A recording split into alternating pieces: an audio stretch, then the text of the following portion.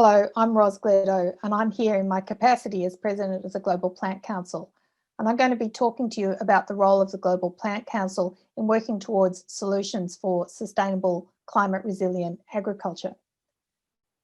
I'm based in Melbourne, Australia, at Monash University, and we also have a campus in Malaysia, and I have the opportunity to go there to do teaching and collaborate with people. And the first time I went, I was just amazed. You fly right up over Sumatra and it was just rainforest as far as the eye could see. And it was just really, really beautiful. The last time I went was about 3 years ago, and I was in one of those Emirates planes, which has the camera that looks down at the ground. And this is what I saw. Mile after mile after mile of palm oil plantations. Now, palm oil is a fantastic crop. It's a very dense crop in the sense that you get a high yield per hectare. That's really good. What isn't good about palm oil is that it's replacing rainforests and therefore reducing biodiversity.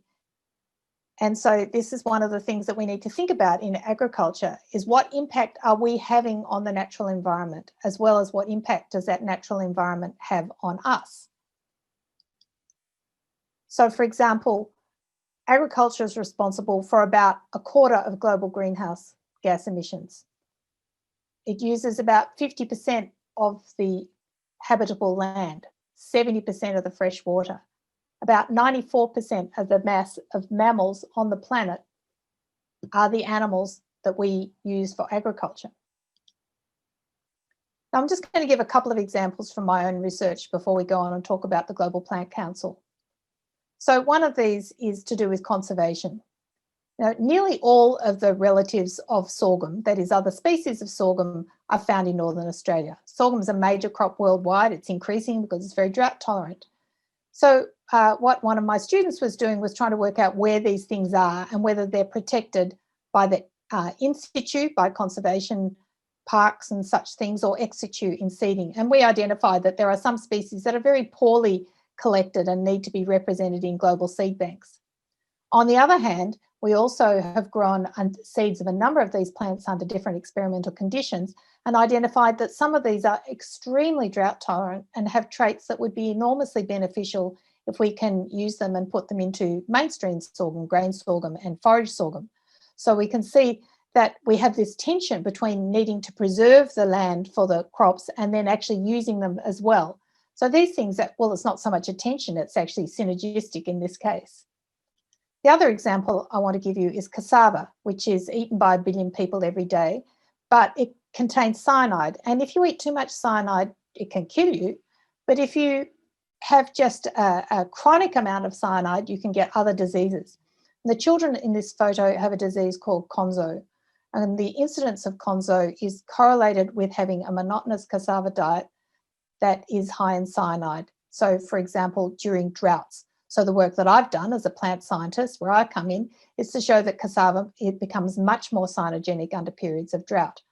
So we can see that going forward in places such as sub-Saharan Africa, where there's possibly a greater reliance on cassava in the future with extreme weather events, we also have the issue that these crops will have more cyanide in them and therefore a greater need for processing to render them safe. We know that we're connected to the environment through health. I knew that through cassava, but we also know that now through the current pandemic. This paper from PNAS in 2013 is a review that shows quite clearly that there are links between the emergence of zoonosis or diseases that skip from animals to humans. There's links to that with agricultural intensification and environmental change. And I actually wrote a blog on this recently in the Global Plant Council, if you want to look that up and read that.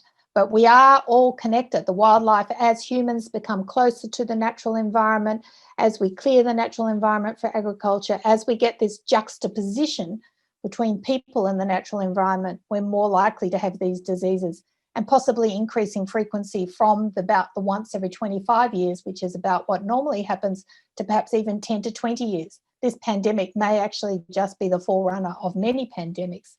Let's hope not, but it's possible. So now to the Global Plant Council. We are a coalition of plant, crop, ag science organisations from around the world. And our aim is to increase the awareness of plants and the need to train plant scientists and to fund their research. And the view that we kind of bring to this is that it's about, we have to have these things if we want to have sustainable food production, if we want to improve food security, and if we want to conserve our plant diversity. We have a board and we meet about monthly, and we have annual meetings and workshops every year, and we usually line these up with some other major plant science conference of the year. That way we don't have to pay for people to get there because they're going anyway. Last year, in fact, it was in Wuhan at the Arabidopsis meeting, not in Wuhan this year. In fact, this is more how we meet. So this is a recent board meeting that we have, and when the night that we had this meeting, well, it's night for me because I'm on the other side of the world, so I'm always up in the middle of the night.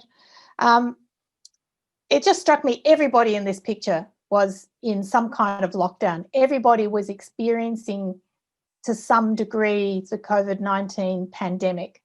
And it was a great sense of whether you're in China or Mexico or India or Argentina or Canada or Europe somewhere, we had this commonality, and it was a great lesson for me that we are actually all connected. So what does the Global Plant Council actually do? Well, this is an example of a page from our website of various initiatives we have, but we provide a forum for networking. We're on the ground floor and setting up Plantae, if you know that, from the American Plant Biology Society. We run workshops, we're involved in knowledge exchange, and we write policy statements. And a couple of the initiatives I want to draw your attention to is one that came out of a conference a few years ago on stress resilience that led to a series of papers and policy statements identifying need for future research. And another one, for example, would be the knowledge exchange. And we've published a number of talks and blogs on how to promote knowledge exchange. And I guess this just emphasizes one of the things that we do, which is enable journalists and influencers to be able to identify people to contact from different countries and often in different languages, which is not always easy to do. And we can do that because we have this global perspective. So we have a wide reach. And if we want to look at our impact summary for the last year, we produce a bunch of newsletters. Well, lots of people produce newsletters. So what's the big deal with that? We have a really big following on social media. We have over 25,000 direct followers, and our posts through the various social media platforms reached almost 5,000 hits last year. And we also include Instagram, which targets more the under 35s, Weibo, which moves into has been able to access in China. And the level of this engagement is high, and it's increasing at about 50% a year in terms of number of our followers. And one of the indicators of that is that we drive people to our website.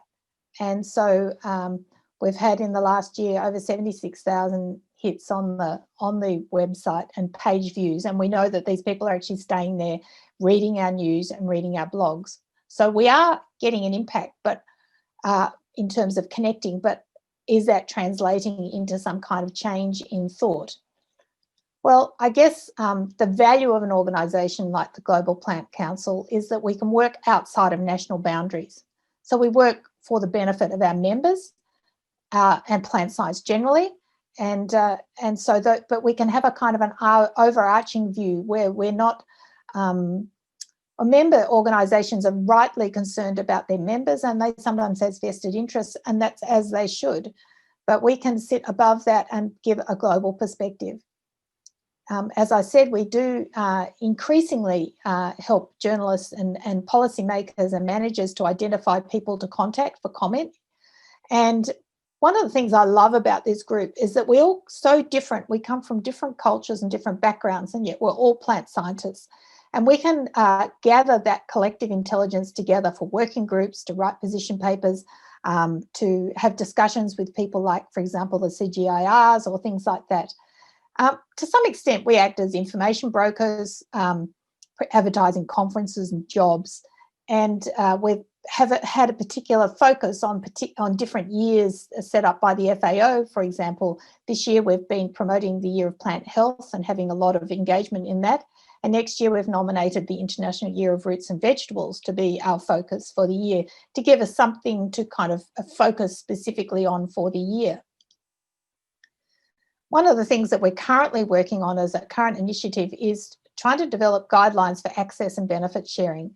So there's some things happening in the around a realm of digital sequence information, and there needs to be some kind of consensus that plant scientists are going to work towards, or scientists work towards, so that legal frameworks are not so much imposed on us, but that we can work together to develop those.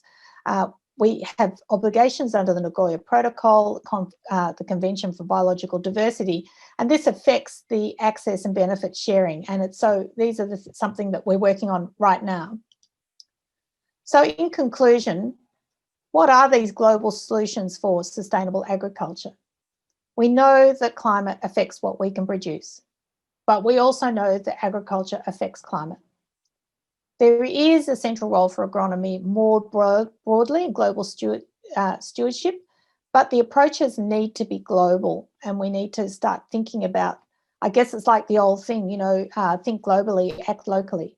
And there's a role for global organisations to provide leadership, to integrate and provide coordinated responses, and to give that global perspective. But most of all, I like to think of this pandemic as a teachable moment. People are seeing that we're all connected, and people are increasingly seeing that this is not unrelated to changes in the environment. I think this is a great opportunity for us to use this to work towards climate resilient agriculture. Thank you for your attention.